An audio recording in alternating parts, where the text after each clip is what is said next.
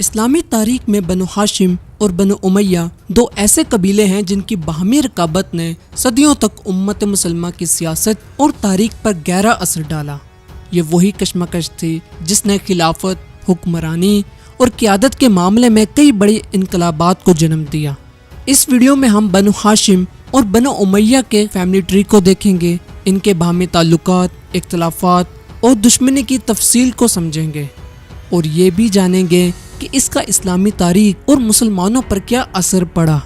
بنو ہاشم اور بنو امیہ کی دشمنی کی اصل وجہ کیا تھی؟ یہ دونوں خاندان قریش کے کس جد امجد سے جڑے ہوئے ہیں؟ بنو امیہ نے اسلام کی ابتدا میں کس طرح مخالفت کی؟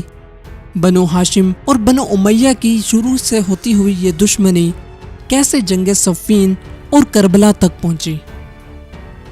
آخری وقت میں بنو ہاشم سے تعلق رکھنے والے امام مہدی سے جنگ کرنے والا بدترین بادشاہ السفیانی بنو امیہ کے کس شخص کی نسل سے ہوگا؟ ویڈیو شروع کرنے سے پہلے میں آپ کے ساتھ ایک چارٹ شیئر کرنا چاہتا ہوں۔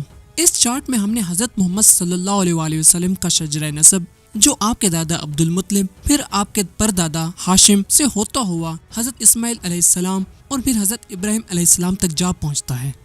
اس چارٹ میں امام حسن اور امام حسین اور ان کی نسل در نسل اولاد کا ذکر بھی کیا گیا ہے۔ ان میں امام حسین کی اولاد سے امام مہدی تک اور امام حسن کی اولاد سے شیخ عبد القادر جیلانی اور عبداللہ شاہ غازی تک کا ذکر کیا گیا ہے۔ مزید اس چارٹ میں ازواج مطہرات یعنی نبی پاک صلی اللہ علیہ وسلم کی بیویوں کا ذکر، قرآن کریم میں ذکر کیے گئے 10 بابرکت نام جو کہ آپ صلی اللہ علیہ وسلم کے لیے استعمال ہوئے ہیں، اللہ تعالیٰ کے 99 بابرکت نام اور خلفائے راشدین کا ذکر بھی اس چارٹ میں کیا گیا ہے۔ آپ اس چارٹ کو ہماری ویب سائٹ البدایہ.store سے آرڈر کر سکتے ہیں، لنک نیچے ڈسکرپشن میں موجود ہے۔ چلیے اب واپس ویڈیو کی طرف چلتے ہیں۔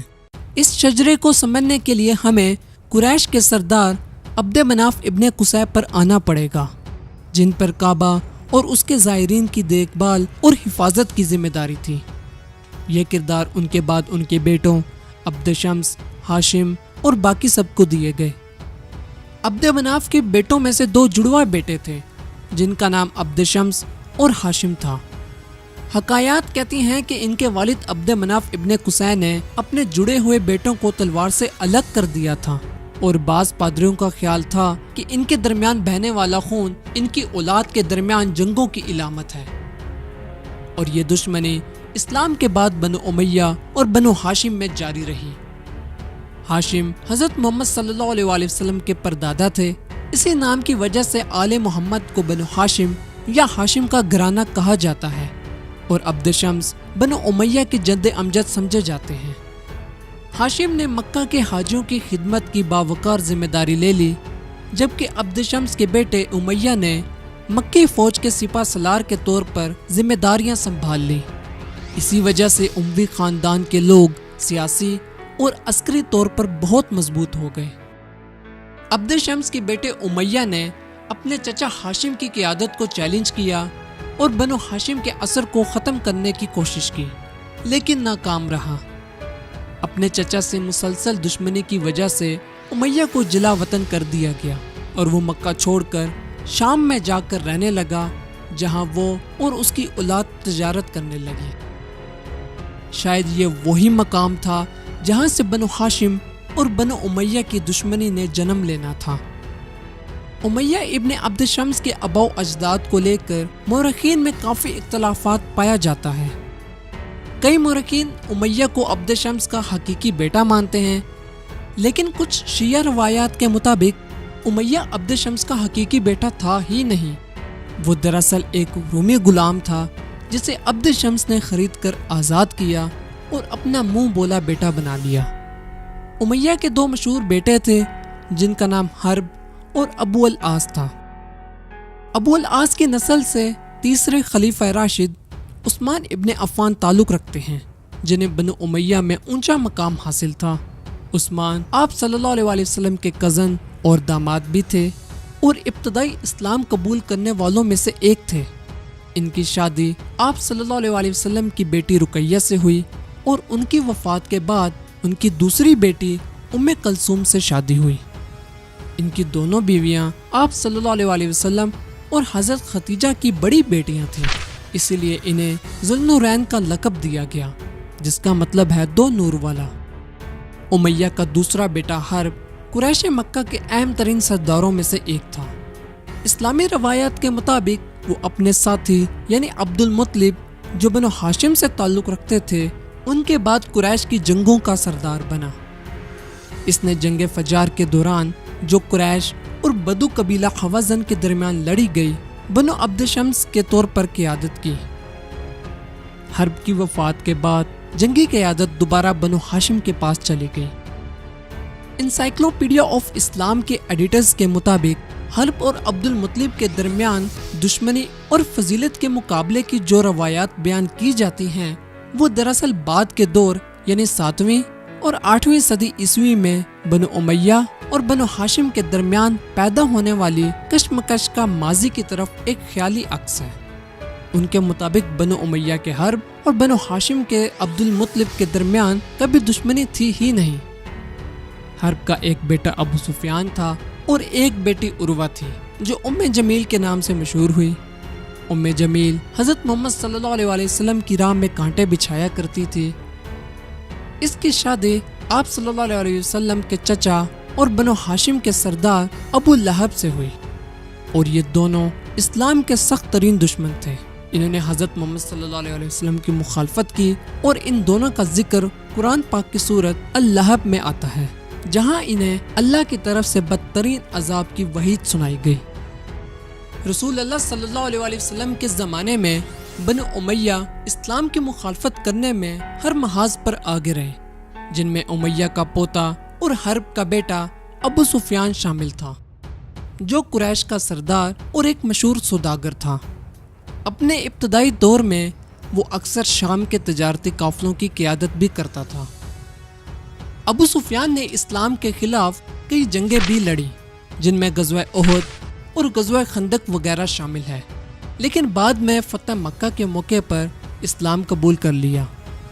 اسے بنو امیہ کی سفیانوی شاخ کا جد امجد بھی مانا جاتا ہے۔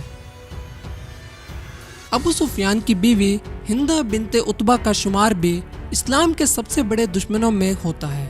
یہ وہی عورت تھی جس نے غزوہ احد میں آپ صلی اللہ علیہ وسلم کے چچا حضرت حمزہ کو شہید کروایا اور ان کے جسم کی بے حرمتی کی اور ان کا کلیجہ کچا چبایا۔ بنو ہاشم اور بنو امیہ یعنی دونوں قبیلوں کا شجرہ حضرت اسماعیل علیہ السلام سے ہوتے ہوئے حضرت ابراہیم علیہ السلام سے جا ملتا ہے۔ نبی کریم صلی اللہ علیہ وسلم اور امام علی دونوں حضرت ہاشم کی نسل سے ہیں، جو کہ ان کے پردادا تھے۔ ان کے اولاد میں سے عرب کے دو بڑے خاندان بنو ہاشم اور بنو عباس تعلق رکھتے ہیں، اور اسی خاندان سے جورڈن یعنی اردن کی ہاشمی ریاست کو بھی اپنا نام ملا۔ ہاشم کے بیٹے عبد المطلب قریش کے سردار اور نبی کریم صلی اللہ علیہ وسلم کے دادا تھے۔ آپ کا اصل نام شیبہ تھا، لیکن مکہ میں آپ کو عبد المطلب کے نام سے جانا گیا۔ عبد المطلب اپنے شجاعت، سخاوت اور اللہ پر کامل توکل کی وجہ سے مشہور ہوئے۔ خانہ کعبہ کی خدمت اور حاجیوں کی مہمان نوازی آپ صلی اللہ علیہ وسلم کے خاندان کی ذمہ داری تھی۔ ان کی زندگی کا سب سے مشہور واقعہ وہ ہے جب ابرہہ کی فوج ہاتھیوں کے ساتھ خانہ کعبہ پر حملہ کرنے آئی تو عبد المطلب نے اپنے اونٹوں کی واپسی کی درخواست کی اور کہا، میں اپنے اونٹوں کا مالک ہوں اور کعبے کا ایک رب ہے جو اس کی حفاظت کرے گا۔ یہ واقعہ فیل کے نام سے تاریخی طور پر قرآن مجید میں بھی بیان ہوا ہے۔ عبد المطلب کے 10 بیٹے اور 6 بیٹیاں تھیں۔ بیٹوں کے نام الحارث، ابو طالب، زبیر، عبداللہ، ابو لہب، العباس اور حمزہ وغیرہ شامل ہیں۔ عبد المطلب کا ایک بیٹا ابو لہب جن کا اصل نام عبد العزیٰ تھا، جو ابو لہب کے نام سے مشہور ہوئے یعنی آگ والا باپ، اور اسلام قبول کرنے سے انکار کر دیا تھا۔ ان کے بیٹوں میں حمزہ بھی شامل تھے جنہوں نے اسلام قبول کیا اور غزوہ احد میں شہید ہوئے۔ انہیں بنو امیہ سے تعلق رکھنے والے ابو سفیان کی بیوی ہند نے شہید کروایا، جن کا ذکر ہم ابھی کر چکے ہیں۔ عبد المطلب کے ایک اور بیٹے عباس تھے انہوں نے بھی اسلام قبول کیا اور اپنے بھتیجے سے صرف 3 سال بڑے تھے۔ وہ ایک مالدار تاجر تھے اور اسلام کے ابتدائی دور میں مکہ میں نبی کریم صلی اللہ علیہ وسلم کی حفاظت بھی کرتے رہے۔ نبی کریم صلی اللہ علیہ وسلم کی ان چچا کی اولاد نے 750 عیسوی میں عباسی خلافت کی بنیاد رکھی۔ عبد المطلب کے سب سے زیادہ مشہور بیٹے ابو طالب تھے، جو کہ ان کی وفات کے بعد بنو ہاشم کے سردار بنے، اور جعفر اور علی کے والد بھی تھے۔ اپنے والد عبد المطلب کی وفات کے بعد وہ قبیلے کے سردار بنے اور سقایا یعنی حاجیوں کو پانی پلانا اور رفادہ یعنی مہمان نوازی کی ذمہ داریاں بھی سنبھال لیں۔ ابو طالب مکہ میں نہایت باعزت اور معزز شخصیت سمجھے جاتے تھے۔ انہوں نے نبی کریم صلی اللہ علیہ وسلم کی سرپرستی میں بھی اہم کردار ادا کیا۔ عبد المطلب کے ایک اور بیٹے عبداللہ تھے، جو نبی کریم صلی اللہ علیہ وسلم کے والد تھے۔ ان کی شادی آمنہ بنت وہب سے ہوئی۔ حضرت محمد صلی اللہ علیہ وسلم ان دونوں کے اکلوتے بیٹے تھے۔ 630 عیسوی میں جب مسلمانوں نے مکہ فتح کیا تو بنو امیہ کے اکثر لوگوں نے اسلام قبول کر لیا۔ ان میں ابو سفیان اور ان کے بیٹے یزید اور معاویہ اور ابو سفیان کی بیوی ہندہ بھی شامل تھی۔ ابو سفیان کی اولاد میں یزید، معاویہ اور ام حبیبہ شامل ہیں۔ ان کی بیٹی ام حبیبہ ام المومنین تھی، یعنی ان کی شادی نبی کریم صلی اللہ علیہ وسلم سے ہوئی۔ 632 عیسوی میں حضرت محمد صلی اللہ علیہ وسلم کے وصال کے بعد خلفائے راشدین کا دور شروع ہوا، جن میں پہلے 2 حضرت محمد صلی اللہ علیہ وسلم کے قریبی ساتھی ابو بکر اور عمر تھے۔ یہ دونوں نبی کریم صلی اللہ علیہ وسلم کے سسر بھی تھے، کیونکہ حضرت محمد صلی اللہ علیہ وسلم نے اپنی پہلی بیوی خدیجہ کی وفات کے بعد ان کی بیٹیوں سے شادی کی تھی۔ 2 سال کے مختصر دور حکومت کے بعد حضرت ابو بکر کا انتقال ہو گیا اور حضرت عمر جانشین ہوئے۔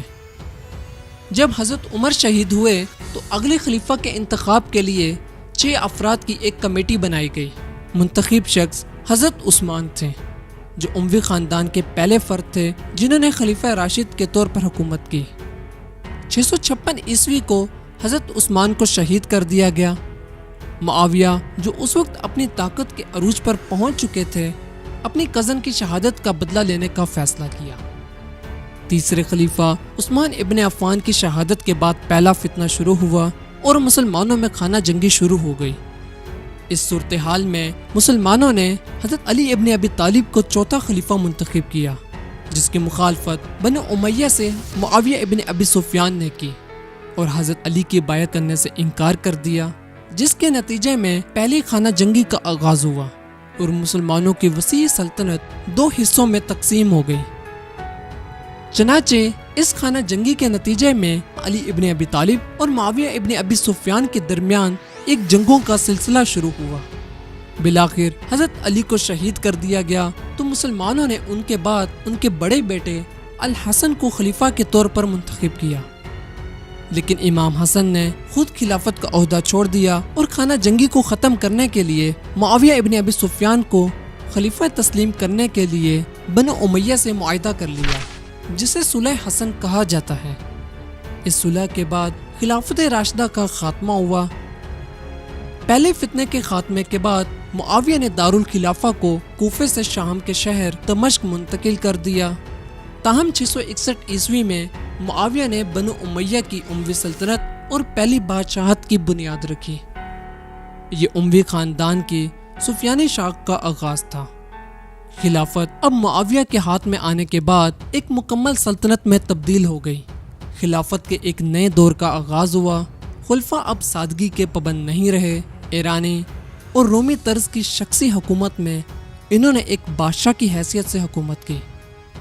تاہم وہ پہلے خلیفہ تھے جن کا نام اسلامی ریاست کے سکوں، سرکاری دستاویزات اور کتبوں پر کندہ ہوا۔ انہوں نے بازنطینیوں کے خلاف زمینی اور سمندری حملے جاری رکھے۔ حالات اب خراب ہونا شروع ہونے لگے جب 674 عیسوی میں معاویہ نے اپنے بیٹے یزید کو اپنا جانشین نامزد کیا۔ ان کے اس اقدام کو اسلامی اصول شورا کے خلاف ورزی اور خاندانی حکومت کے تعارف کے طور پر دیکھا گیا۔ خلافت راشدہ کے زمانے میں خلیفہ کا انتخاب مشورے سے کیا جاتا تھا اور کبھی کسی خلیفہ نے اپنے بیٹے کو خلیفہ نہیں بنایا تھا۔ معاویہ ابن ابی سفیان کے انتقال کے بعد جب اس کا بیٹا یزید تخت پر بیٹھا تو مسلمانوں کے دوسرے فتنے یعنی دوسری خانہ جنگی کا آغاز ہوا۔ یزید نے تخت سنبھالتے ہی امام علی کے بیٹے حسین ابن علی، حضرت عمر کے بیٹے عبداللہ ابن عمر اور حضرت زبیر کے بیٹے عبداللہ ابن زبیر اور دیگر ممتاز لوگوں سے بیعت کا مطالبہ کیا۔ یزید کو عوامی سپورٹ حاصل کرنے کے لیے نبی کریم صلی اللہ علیہ وسلم کے گھرانے کے سربراہ یعنی امام حسین کی بیعت کی ضرورت تھی۔ جب یزید نے بیعت کا مطالبہ کیا تو امام حسین نے یزید کی بیعت سے انکار کر دیا۔ اس کے نتیجے میں امام حسین نے اپنا وطن مدینہ چھوڑ کر مکہ کی جانب ہجرت کی۔ وہاں کوفہ کے لوگوں نے امام حسین کو خطوط لکھے اور ان سے اپنا امام بننے کی درخواست کی اور بیعت کا وعدہ بھی کیا۔ جب امام حسین تقریباً 72 ساتھیوں کے ہمراہ کوفہ کے سونے پر روانہ ہوئے تو راستے میں یزید نے کربلا کے مقام پر نبی کریم صلی اللہ علیہ وسلم کے نواسے اور امام علی کے چھوٹے بیٹے حسین ابن علی کے خاندان اور ان کے 72 ساتھیوں کو بے دردی سے شہید کر دیا اور خواتین کو قید کروا دیا۔ یہ واقعہ عاشورہ کے دنوں میں پوری مسلم دنیا میں یاد کیا جاتا ہے۔ چنانچہ کربلا کے اس واقعے کا حجاز میں سخت رد عمل ہوا۔ وہاں کے لوگوں نے یزید کے کردار اور اعمال سے بیزار ہو کر یزید سے بیعت توڑ کر مشہور صحابی عبداللہ ابن زبیر کے ہاتھ پر خلافت کی بیعت کر لی۔ اس کے بعد دوسرا افسوسناک واقعہ ہررا پیش آیا، جس میں امویوں کی فوج نے مدینہ میں قتل عام کیا اور لوٹ مار مچائی۔ اس کے بعد اموی فوج نے مکہ کا بھی رخ کیا، لیکن یزید کا انتقال ہو گیا اور فوج دمشق واپس آ گئی۔ یزید پوری اسلامی دنیا میں انتہائی نفرت سے دیکھے جانے والا انسان ہے۔ یزید نے 3 سال کی مختصر حکومت کی۔ اس کے بعد اس کا بیٹا معاویہ ثانی اگلا خلیفہ بنا۔ معاویہ ثانی کا خلیفہ کے طور پر مختصر دور حکومت کے بعد انتقال ہو گیا۔ وہ اموی خاندان کے سفیانوی شاخ کے تیسرے اور آخری خلیفہ تھے۔ بعض مورخین کے مطابق آخری وقت میں آنے والا ظالم ترین بادشاہ السفیانی یزید کے باقی 2 بیٹوں یعنی خالد اور عبداللہ کی نسل سے ہوگا، جو کہ بنو ہاشم سے تعلق رکھنے والے امام مہدی سے جنگ کرے گا۔ مروان ابن حکم اموی قبیلے کا ایک سینئر رکن اور معاویہ ابن ابی سفیان کا چچا زاد بھائی تھا۔ اس نے دوسری خانہ جنگی کا خاتمہ کیا اور خود کو خلیفہ قرار دیا اور اموی خاندان کو دوبارہ قائم کیا۔ اپنے موت سے پہلے مروان نے اپنے بیٹوں کو اقتدار کے عہدوں پر قائم کیا۔ عبد الملک کو اپنا جانشین نامزد کیا۔ عبد الملک کے دور میں اموی خلافت میں توسیع ہوتی رہی، عربی سرکاری زبان بن گئی، عربوں نے فارسی اور یونانی حکام کی جگہ لے لی۔ عبد الملک اسلامی تاریخ کا پہلا حکمران تھا جس نے سکوں پر اپنا نام شکل کے ساتھ کندہ کرایا۔ اس نے پہلی بار یروشلم میں مسجد اقصی کا گنبد بھی تعمیر کیا، جس کی وہی شکل آج ہم دیکھتے ہیں۔ اس کے 4 بیٹے خلیفہ بنے۔ عبد الملک کی وفات کے بعد اس کے بیٹے الولید نے اپنے والد کی پالیسیوں کو جاری رکھا۔ اس کے دور حکومت میں اموی فوج نے مغرب، ہسپانیہ اور سندھ کو فتح کیا۔ اموی خلافت کو اس کی سب سے بڑی علاقائی حد تک پھیلا دیا گیا۔ الولید نے متاثر کن عوامی کاموں کی بھی اجازت دی، جن میں دمشق کی عظیم مسجد، یروشلم میں جامعہ الاقصی اور مدینہ میں مسجد نبوی شامل ہیں۔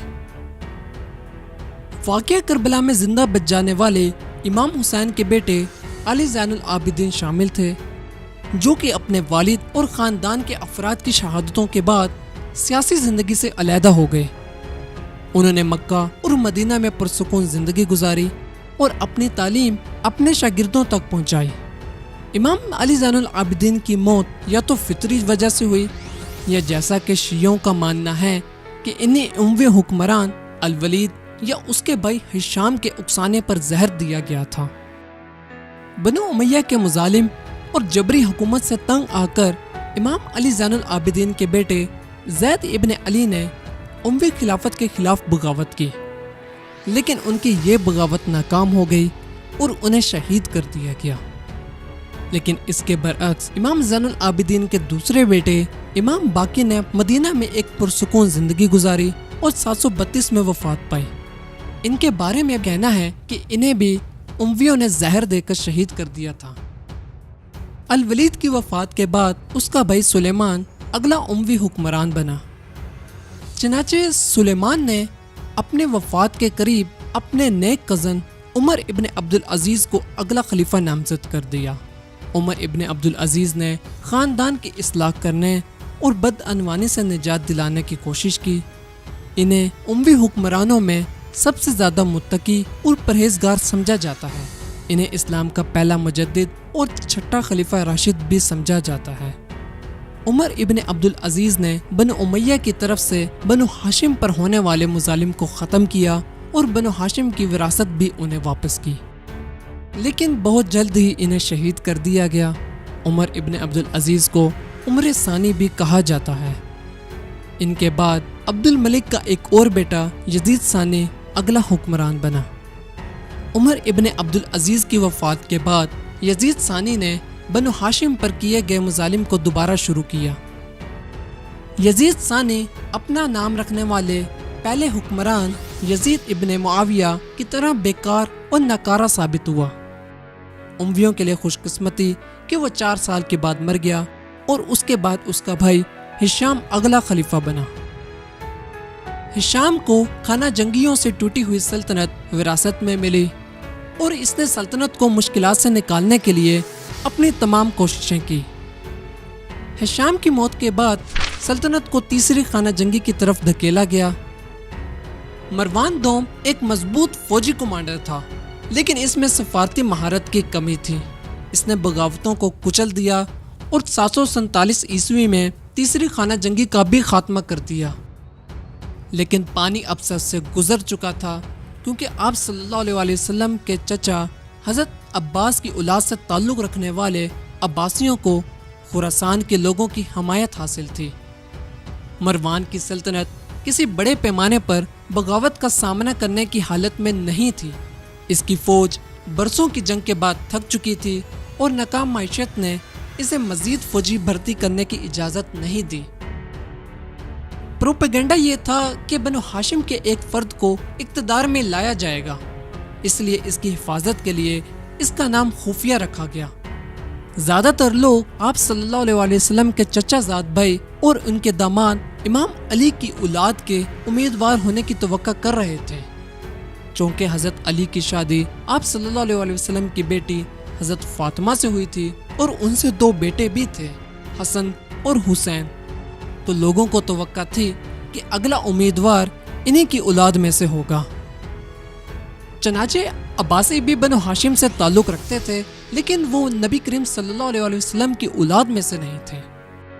اگرچہ لوگوں کو مایوسی ہوئی جب امیدوار نبی کریم صلی اللہ علیہ وسلم کے چچا العباس کے نواسے کا ہونے کا انکشاف ہوا۔ 750 عیسوی میں پہلے عباسی حکمران ابو عباس الصفا نے کوفہ میں خود کو خلیفہ قرار دیا اور عباسی خاندان قائم کیا۔ اموی حکومت اپنے کیے گئے مظالم کے ساتھ ختم ہو چکی تھی اور مروان دوم آخری اموی خلیفہ مصر فرار ہو گیا، جہاں وہ مارا گیا۔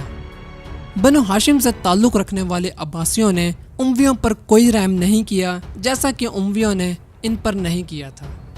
عباسیوں نے اپنے کیے گئے تمام مظالم کا بدلہ لیا۔ انہوں نے اموی شہزادوں کو بڑی تعداد میں قتل کیا اور جو زندہ بچ گئے وہ اپنے ٹھکانوں میں چھپ گئے۔ عباسیوں نے اموی حکمرانوں کی قبریں کھود کر ان کی لاشیں بھی باہر نکال دی، سوائے عمر ابن عبدالعزیز کی قبر کے، جن کی قبر ان کی شہرت کی وجہ سے بچ گئی تھی۔ عبد الرحمن اول، جو کہ ہشام کا پوتا تھا، عباسیوں سے فرار ہونے میں کامیاب ہوا اور الاندلس یعنی اسپین پہنچا، جہاں اس نے 756 عیسوی میں قرطبہ میں عمارت امویہ کی بنیاد رکھی، جس نے عباسی خلافت کو خوبصورتی اور شان شوکت میں مد مقابل کیا۔ نبی کریم صلی اللہ علیہ وسلم کی اولاد میں سے امام جعفر الصادق اس وقت تک زندہ ہی تھے جب یہ اقتدار اموی خاندان سے عباسی خاندان کی طرف منتقل ہو رہا تھا، لیکن امام جعفر الصادق نے خود کو سیاسی زندگی سے دور رکھا۔